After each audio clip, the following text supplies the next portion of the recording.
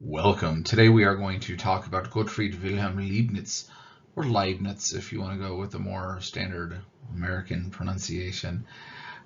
While Kant is generally regarded as the greatest philosopher of the 18th century, Leibniz usually gets it for the 17th century. And you might want to argue, you might have a preference for somebody else that you would put into this other category, but he's definitely in the mix and in the running. There's also many different avenues that we could talk about Leibniz and his impact in philosophy. We're going to limit our scope here today because many of the other areas that we know him for are things that we've kind of covered in other ways with rationalism of Descartes and those discussions. So we'll move on forward and just got a narrow discussion here of Leibniz and possibly the school of thought that followed him that would end up having the greatest impact, and that is specifically the discussion of theodicies. Gottfried Wilhelm Leibniz was born in 1646 and will die in 1716. He is the quintessential German philosopher of his age, in many ways like we think of Descartes being that for France. In 1661, he'll enter at the University of Leipzig as a student of philosophy and law, and in 1666 he'll obtain a degree of Doctor of Law at Altdorf. At the age of 30, he's going to become a diplomat for the Elector of Mons, including service in France until 1676. And because in 1676 he'll accept a position as the librarian, archivist, and court counselor to the Duke of Brunswick, a position that was more to his liking. Most of this time he's really spent writing, beginning his sort of philosophical journeys, and as a diplomat, which he was famed for.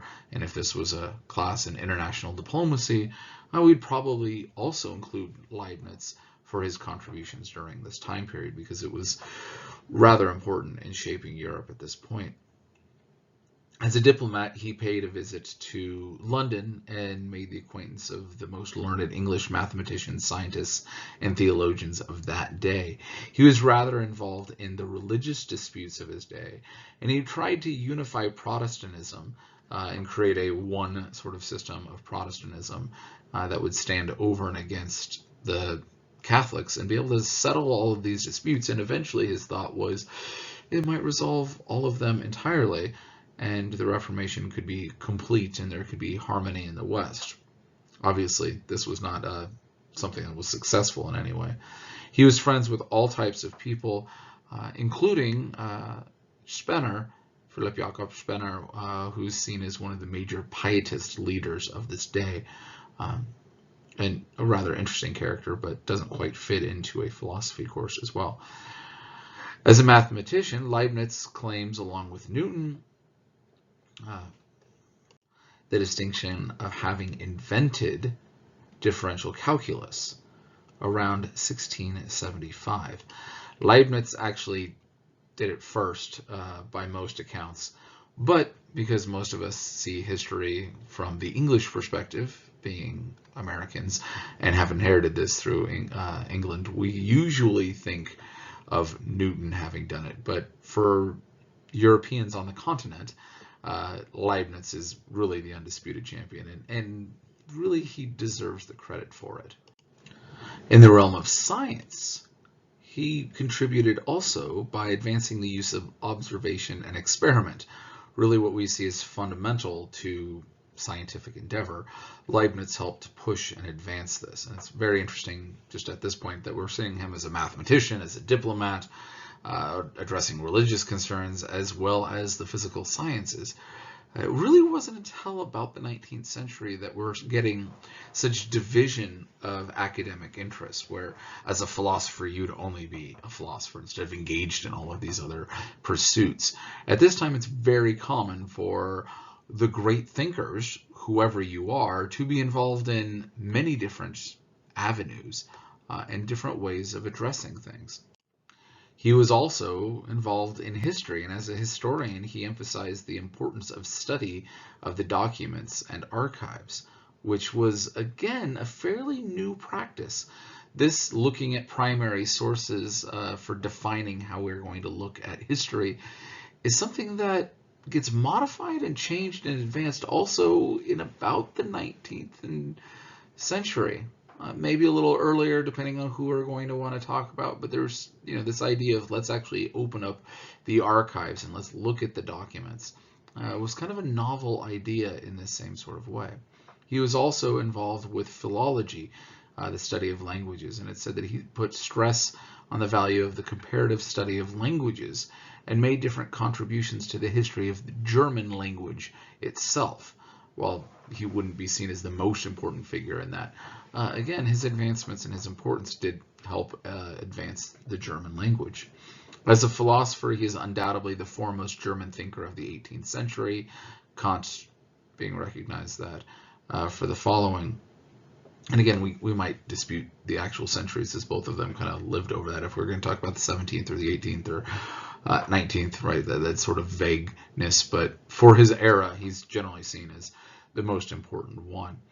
He argued that reality is harmonious, a harmonious whole, governed by the laws of mathematics and logic.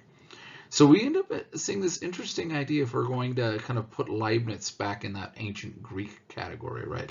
He's using logic, as we would see with people like Aristotle, but also notions of mathematics, like we're going to expect from one of the men who invented calculus, and somebody who probably read a good deal of Pythagoras as well.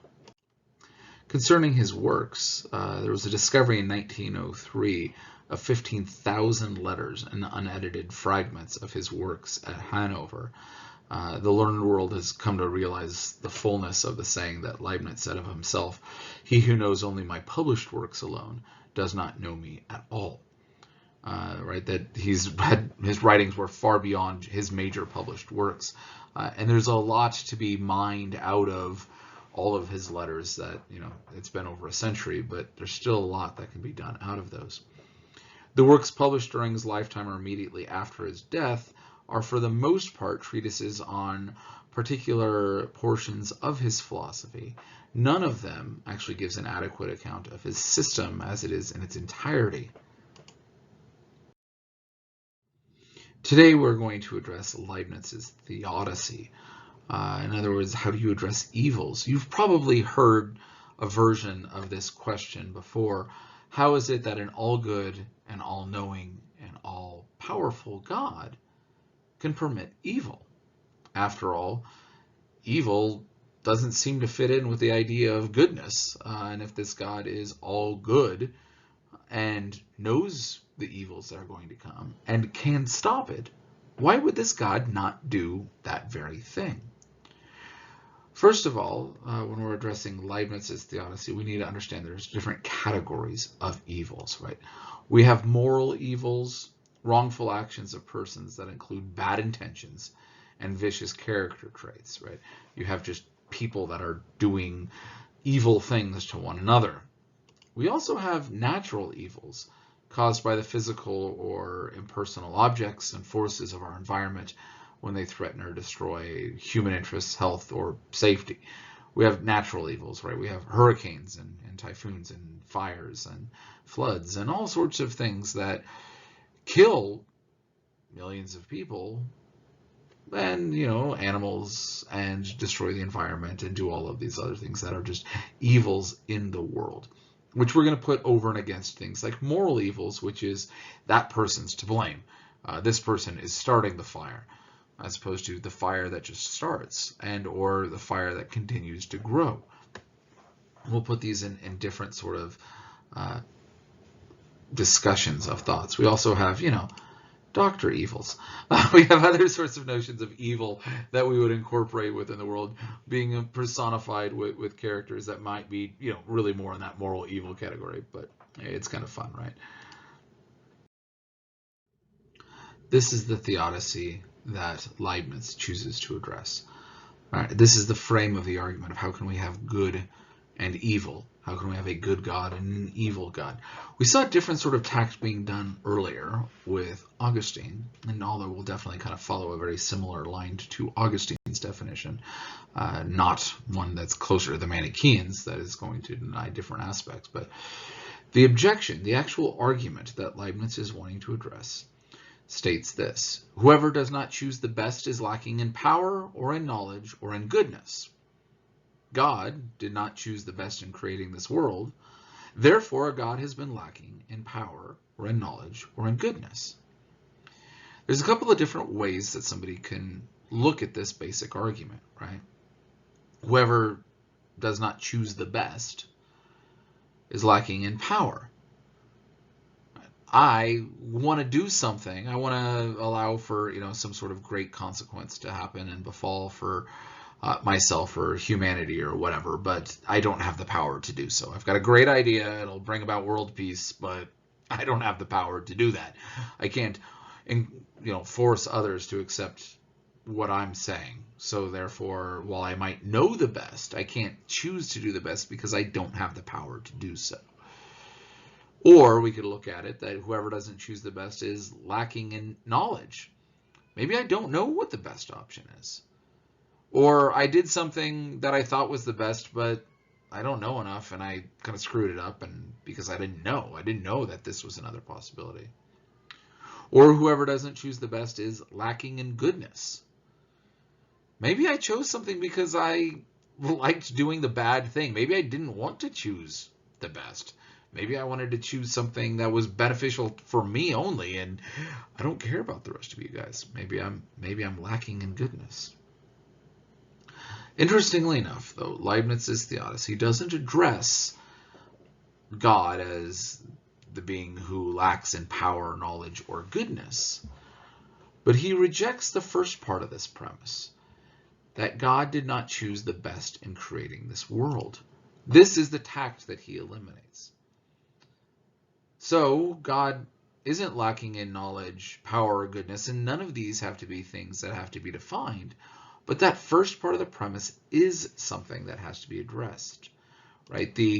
What are you saying? Why is this the case, right? What are we going to do with this? The minor, the second premise, has to be addressed. And why is he choosing to reject this?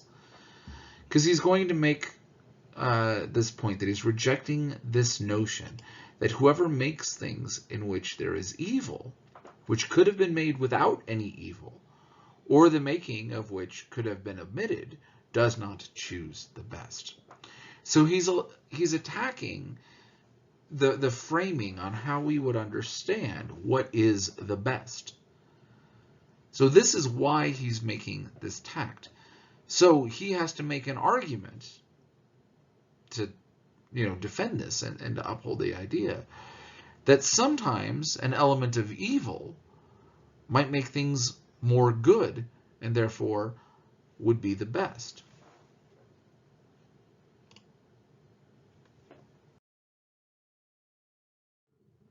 So what is it that you deny specifically? And he answers this. Right, we have this dialectic form, right?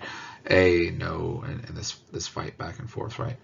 I grant the minor of the proselytism, for it must be confessed that there is evil in the world which God has made, right? He's going to accept this idea. He's not rejecting the idea that there's evil in this world, and that it was possible to make a world without evil. He's also going to say that an all-powerful God could have made a world without evil, right? So he's granting these concessions. Or even not to create a world at all, because this is also a possibility. For its creation is dependent upon the free will of God. But I deny the major. I have wished to justify this denial by showing that the best plan is not always that which seeks to avoid evil, since it may happen that the evil be accompanied by a greater good.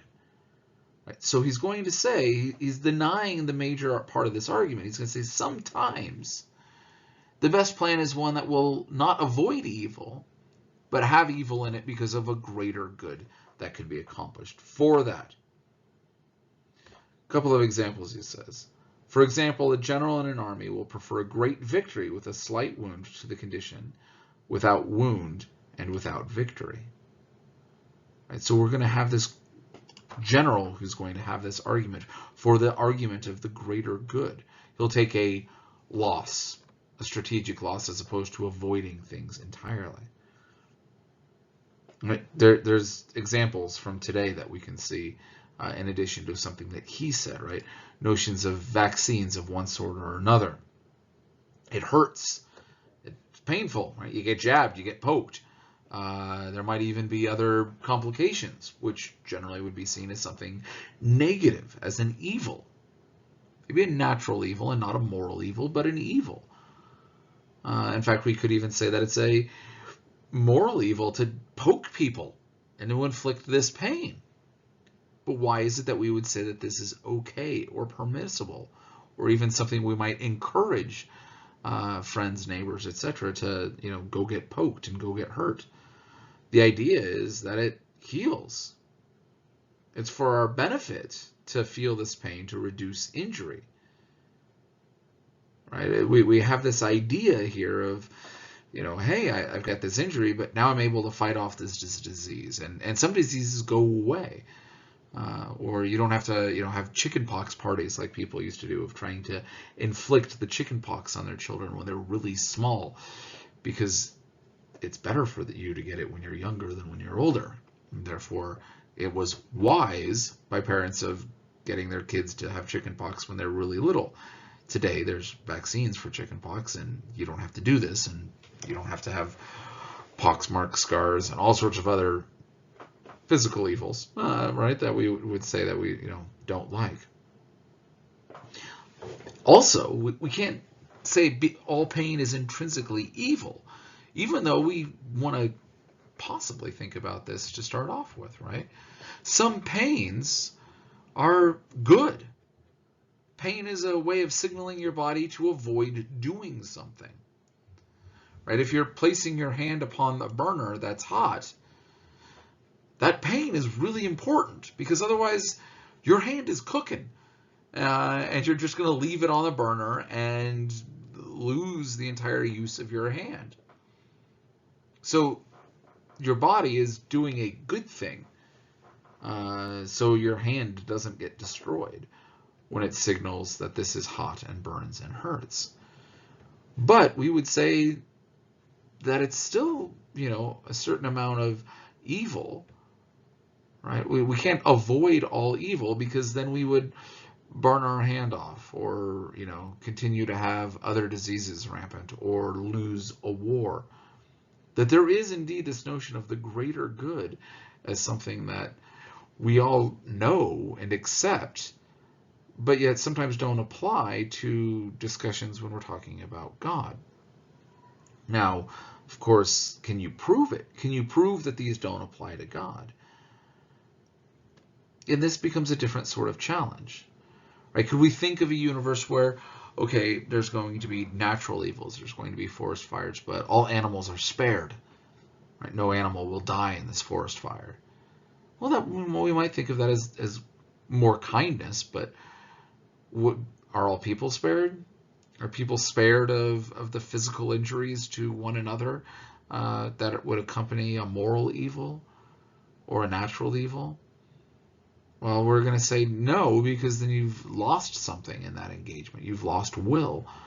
If you're, going to inflict somebody, and if you can't actually hurt somebody, we are going to take away some of the notion of volition if they're trying to do that. And as far as natural disasters go, if this good God would, let all the woods burn and will let people burn, but not animals, then that seems odd and cruel and malicious towards people. And what would that do to animal populations and life in general? And right, there's so many greater consequences we don't know about. Leibniz says, to overthrow this objection, therefore, it is sufficient to show that a world with evil might be better than a world without evil. But I've gone even farther in this work, and have even proved that this universe must be in reality better than every other possible universe. So this is as far as he's going to go. He's going to say that this amount of evil that we have is the sweet spot, or at least it might be a very big sweet spot, but this is the argument. Number 2, the objection. If there is more evil than good in intelligent creatures, then there is more evil than good in the whole work of God. This is a different tact on trying to look at this, and a different argument, although very similar sort of way, that Leibniz is making. Now, therefore, there is more evil than good in intelligent creatures. Therefore, there is more evil than good in the whole work of God. Answer: I deny both the major and the minor of this conditional syllogism. He's going to reject the entire argument here. Both the major and the minor, he says, have weaknesses. As to the major, I do not admit it at all, because this pretended deduction from the part to the whole, from intelligent creatures to all creatures, supposes tacitly and without proof that creatures destitute of reason cannot enter into comparison into the account of those which possess it. Right? So we're going to have to deny the major, the first part of this, right? That there's more evil than good in intelligent creatures because, well, do we know this, first of all? Do we know that there's more evil than good? And why are we only focusing on intelligent creatures? Maybe we want to also address dumb creatures, right? That becomes part of this discussion as well. And we also don't have a full scope of what constitutes an intelligent creature to be able to say that they are all good or bad morally one way or the other. But why, he continues, may it not be that the surplus of good in the non-intelligent creatures which fill the world compensates for and even incomparably surpasses the surplus of evil in the rational creatures?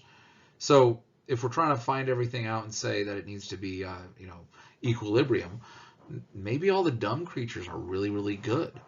And so maybe that overpowers the evil in intelligent creatures. And therefore, maybe this is what the universe's aim and scope and whatever is looking at, and our perspective on this is wrong. Although Leibniz wouldn't necessarily grant that our perspective is wrong. He's just kind of pointing out that there is a flaw with this sort of argument.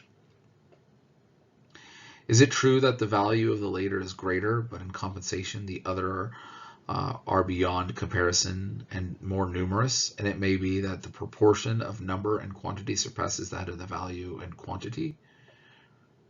More importantly, he points out that God is infinite and the devil is limited. Good may and does advance ad infinitum, while evil has its bounds. So, because good goes on to infinity, good will always be greater than evil. So I can't grant that there is more evil than good in the whole work of God, because God, if we're going to define God as good, which is part of the argument at least, right, to say that God is lacking in power or goodness, but if we're going to assume God's goodness, then this whole argument is really has no value and it's going to fall apart. It is therefore possible and credible that the comparison of the blessed and the damned, the contrary of which I have said might happen, is the comparison of the intelligent and non-intelligent creatures takes place. I have the right to suppose that a thing is possible as long as its improbability is not proved, and indeed, that which I have advanced here is more than a supposition. And in other words, he says, I can go ahead and just introduce this as an idea, and you can't reject it immediately because it's not any more improbable than the argument is itself, and therefore this argument might not have a clear winner, but it's definitely not siding with the idea that there is more evil than good in intelligent creatures, and therefore there's more evil in the whole work of God.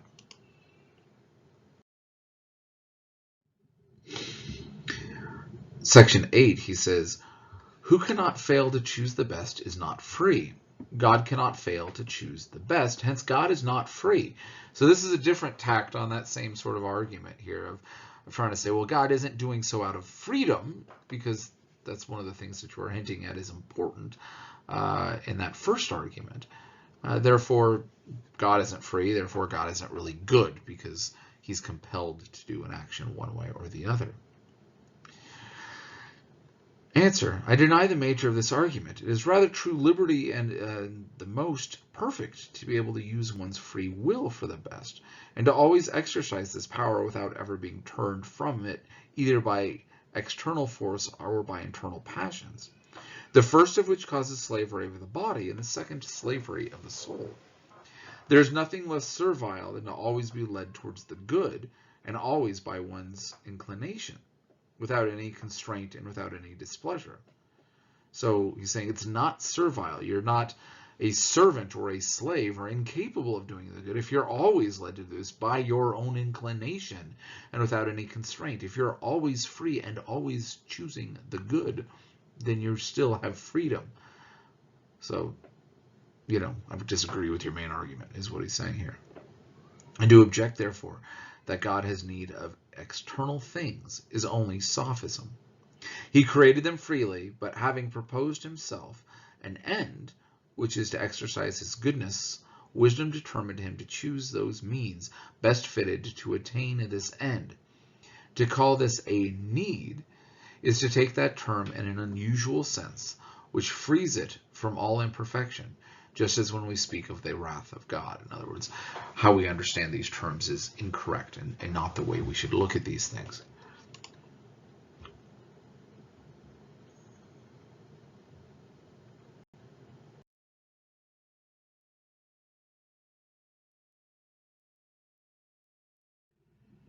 Leibniz is essentially making the argument that this is the best of all possible worlds, which permits evils in order to create greater goods. That we're going to have some evil, in fact, this is the right amount of evil, is part of what he's making the argument for here, which means that God is not lacking in wisdom or in power or in goodness, because in this evil, we are allowed to have greater goods. Now, he's going to, we can think of any number of goods that are allowed by having evil. Right? We're not burning hands, we're having great victories.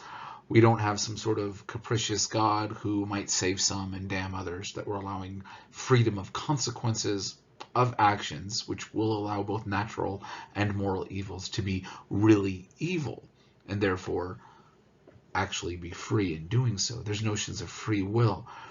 There is this sort of argument that's being taken on too, that everything is awesome, right? That we might even go a little bit farther than just saying that the things are good, but everything is perfect all the time. And this is not exactly where Leibniz is going.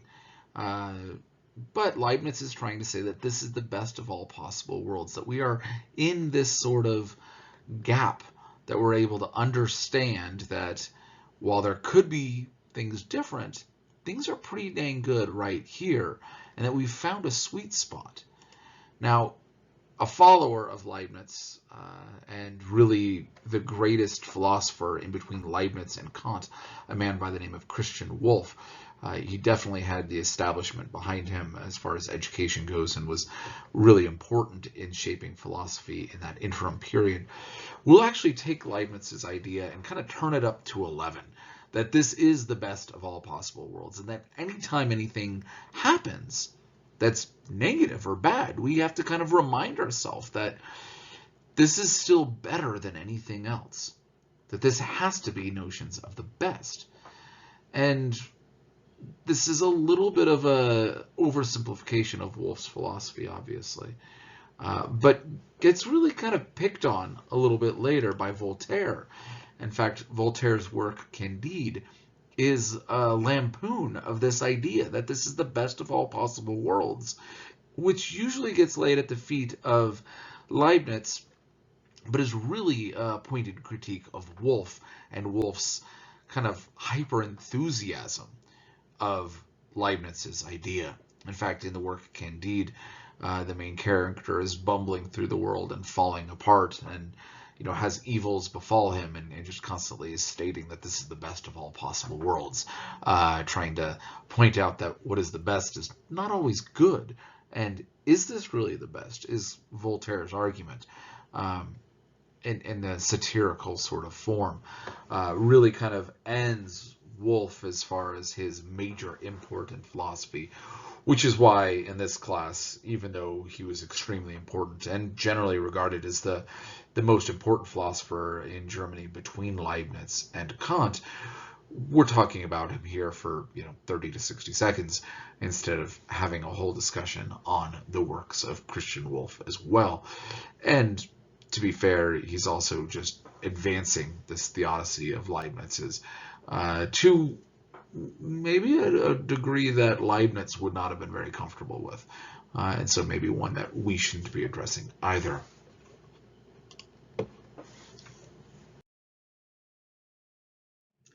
Today, we addressed, at least in small part, some of the philosophy of Gottfried Wilhelm Leibniz, really one of the greatest German philosophers, and kind of beginning this sort of turn and arc for Germans in understanding philosophy. And in so doing, we talked about his theodicy, which is generally categorized as a greater good theodicy, where we're challenging the idea that God didn't choose the best, and not because he's lacking in goodness, knowledge, or power, but because the best is something that means we need greater good to survive. Now, there's other types of theodicies, arguments made for this same problem from a different perspective. We have a free will theodicy. This is generally championed by St. Augustine. There's a character-building theodicy argued by St. Irenaeus of Lyon. St. Irenaeus will make the argument that God first created us in his image and then likeness, and that there's this gap and that there's failings along this way, but it helps us build who we are. There's other theodicies, Reformed theodicy and a reliability of natural laws theodicy, which feel free to look up if you're so inclined.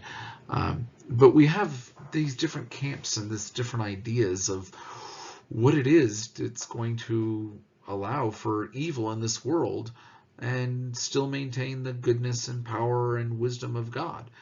And that this is a very important speculative philosophy that different people have different aspects in how they're going to address. And Leibniz, especially because of the contributions of people like Wolff, really kind of is known in part for his theodicy, amongst others.